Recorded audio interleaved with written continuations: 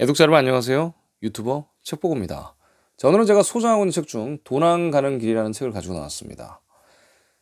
신라의 상인들이 실크로드를 통해서 아랍까지 갈 때 그 중간에 위치한 곳, 쉬었다 갈 수 있는 곳, 또 예불을 드릴 수 있는 곳, 바로 도낭입니다.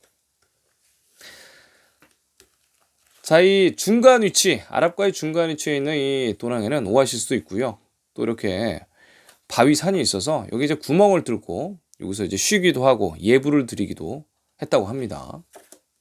자, 도난 가는 길을 제가 구입하게 된 이유는 이 막고글, 이 석굴에 보면 이렇게 벽화들도 많이 있고요.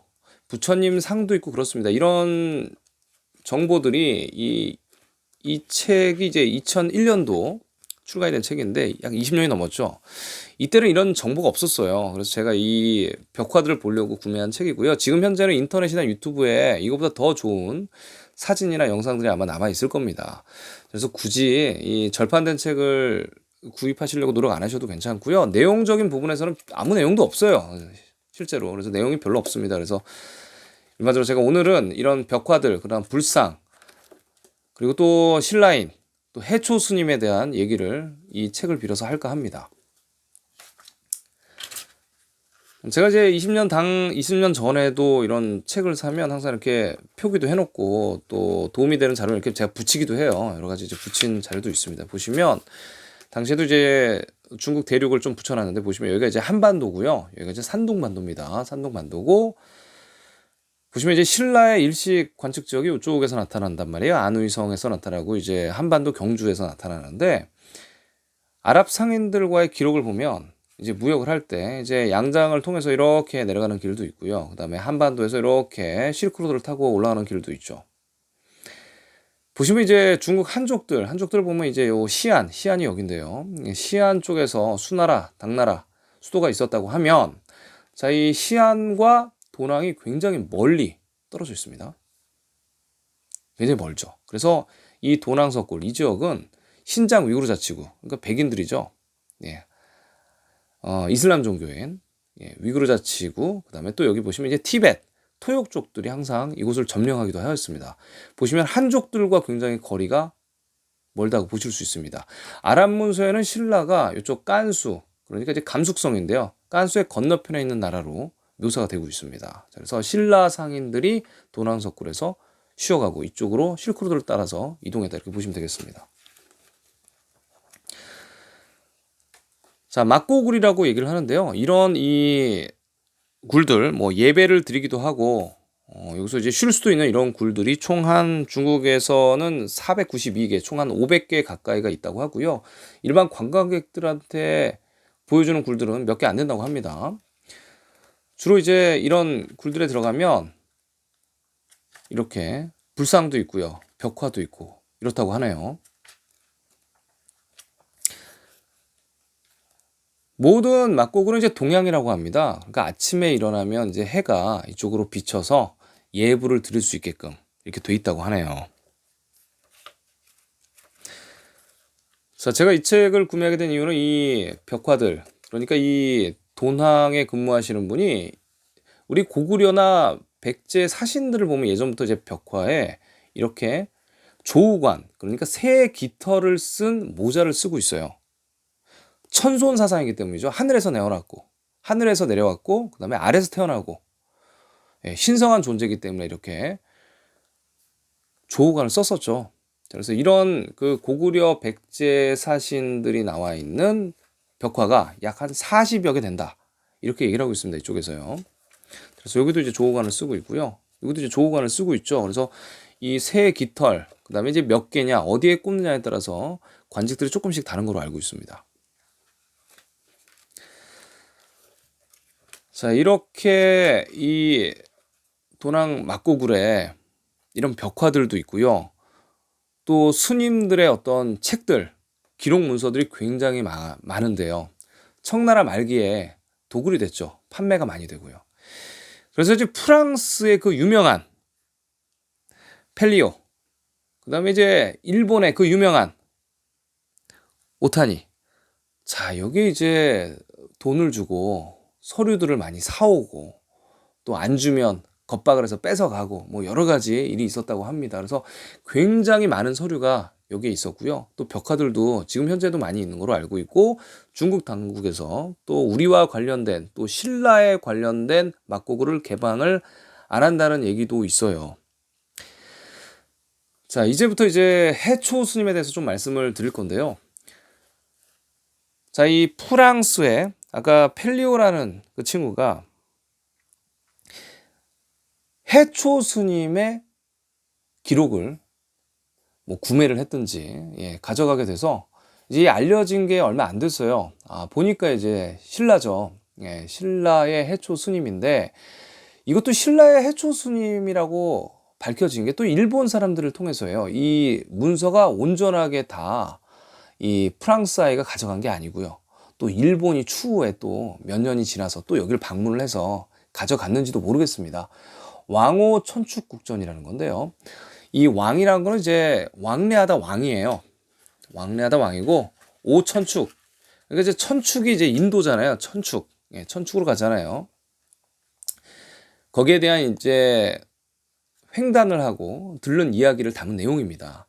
그래서 여기 보시면 이 왕오 천축국전에서 뭐라고 나오냐면 이 해초 스님은 여기 광저우에서 출발한 기록으로 나옵니다. 그리고 또 해초 스님이 본인의 고향 계림을 보고 싶다고 하는 내용이 있어요. 자, 이런 간단한 내용 자체를 우리나라에서는 왜곡을 하고 있습니다. 뭐라고 왜곡을 하냐면 당나라에 유학을 갔다. 당나라의 광주, 또 신라 경주를 가고 싶어 했다. 고향이 신라 경주다. 이런 식으로 왜곡을 하고 있습니다. 하지만 문서상에서는 뭐라고 나오냐면 광저우에서 출발을 했고요. 그 다음에 계림이라고 나옵니다. 자, 그렇다면 신라가 요게 있을 때 말이죠. 신라가 안의성에 있는데요. 삼국사기에 보면 유연제노 5월을 고구려 백제의 최전성기 때 유연제노 5월 지역, 여기 이제 홍콩 마카오 있는 지역까지 고구려 백제가 다스렸는데 이 백제의 땅을 신라가 흡수를 한단 말이에요. 통일신라라고 얘기를 해야 되나요? 여기 발해가 있고 이제 남북국 시대 때 5월 지역을 신라가 흡수를 한단 말이죠. 그렇게 보면 광저우는 신라 땅입니다. 광저우에서 해초 스님이 출발했다고 나와요. 당나라는 얘기는 나오지 않아요. 자, 그러면 해초 스님은 과연 어느 나라 사람인가? 계림이 여기에 있죠. 계림이란 지역이 있어요. 여러분, 계림이란 지역들이 사실 요 위쪽에도 있고 여러 가지 지역들이 많이 있습니다. 예전에는 신대륙을 발견을 하면 그 지역명들을 그대로 붙이죠. 여기가 우리 땅이다라고 심어 놓습니다. 제가 늘상 말씀드렸듯이 같은 지역명들이 여러 군데 동서남북 방위광이 똑같이 나타납니다. 계림이 있어요. 광주도 있죠. 광저우. 이 광주 지역, 광저우는요, 넓을 광이에요. 넓을 광을 쓴다는 얘기는 우리나라의 경기도의 광주랑 똑같은 겁니다. 자, 여기 또 빛광에 광이 또 있어요. 광주가 여기도 있고, 또 넓을 광이 이쪽에도 또 있어요. 발해의 광주도 있거든요. 여하튼, 왕 오초축국전에서 나오는 걸 보면, 해초 스님은 광저우에서 출발을 했고요. 계림 사람이다. 이렇게 할 수 있습니다. 그리고 천축으로 가죠. 자, 한반도 경주에 있던 해초 스님이었다면 굳이 아래로 내려갈 필요가 없습니다. 위쪽으로 가서 바로 실크로를 타고 도낭석굴을 들려서 아마 갔을 수도 있을 거예요. 인도에요. 하지만 이쪽으로 쭉 광저우를 출발을 해서 베트남 쪽, 말레이시아 쪽을 넘어가서 인도로 가는 루트, 그 다음에 오천축을 들려서 돌아와서 도낭석굴을 들려서 맨 마지막에 간 곳이 오대산이라고 나옵니다. 오대산이 한반도에도 있지만요. 오대산, 중국 오대산이 진짜 유명합니다. 오대산이 어디냐면 자, 이쪽에 있어요. 수차양시 근처에 있습니다. 오대산. 깐수의 맞은편이며 신라가 강성할 때의 땅, 오대산. 오대산은 어떤 지역이죠? 문수보살의 성지입니다. 오대산. 여기에 머물렀다고 얘기가 전해져요. 해초 스님. 자, 아래쪽에 안의성 아래쪽에 보면 김교각 스님 있죠. 여러분, 지장보살. 굉장히 큰 동상. 지장보살 신라 스님이 또 계십니다. 자, 이런 걸로 미루어 보면 해초 스님, 신라, 광주, 계림 또 있어요. 이 해초 스님한테 이제 불법을 가르치신 분이 금강지라고 나오는데요. 이 금이라고 발음을 하지 말고 한문을 보시면요. 김씨예요. 김씨. 김강지다. 자, 해석을 하기는 뭐 남인도의 승려라고 얘기를 하는데 실제로 남인도의 승려가 여기까지 와서 이름을 김씨로 바꿨는지는 모르겠습니다. 아니면 원래 신라의 김씨 스님이셨는지도 몰라요. 자, 이렇게 우리 해초 스님, 왕호초 주구전을 남기신 해초 스님에 대해서 알아봤고요. 이 해초 스님의 어떤 그 고향, 그리고 광주에서 출발했다. 이건 다 일본인들이 얘기하는 거예요. 아마 이 일본인들이 여러 가지 문서들을 많이 갖고 있을 거예요. 우리한테 얘기는 해주지 않지만. 자, 그래서 이것만 미루어 보아서도 충분히 해초 스님은 이 대륙신라 사람이었다. 충분히 인식을 할 수 있고요. 한반도에 있었던 스님이었다라고 하기에는 동선이 너무 이상합니다.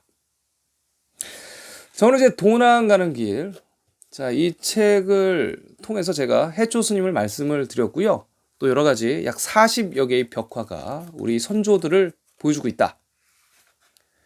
조호가를 쓴 선조들을 보여주고 있다. 또 이런 벽화도 있습니다. 이런 벽화 제가 붙여놓은 건데요. 이 고구려 성곽의 특징이죠. 치가 이렇게 있죠. 그리고 여기 보면 이제 찰갑기병들, 찰갑병들이 이 고구려의 방패죠. 육각방패, 그 다음에 땅콩방패도 있는데 이런 것들을 두고 연습을 하고 있다. 또 보시면 여기도 기병들이 이렇게 찰갑기병들이 움직이는 벽화도 있다. 그래서 이런 벽화들이 많이 있습니다. 현재 중국 땅에 있고 공개들을 제대로 안 하니까 우리가 알 수는 없는데요. 동선으로 보아서는 시향과 굉장히 멀리 떨어져 있고요. 자, 그다음에 항상 수나라 얘기를 하고 있거든요. 수나라는 몇 년 안 돼서 망한 나라죠. 신라 굉장히 강성했고 고구려가 강성했고 또 백제도 강성했을 때입니다. 자, 실크로드의 중심지 도랑서골, 그리고 오늘은 신라 해초 스님, 자, 광저우, 계림, 왕호천추국전, 그리고 오대산에 대해서 알아봤습니다. 다음 시간에 더 흥미로운 주제를 가지고 다시 찾아뵙겠습니다. 책 보겠습니다.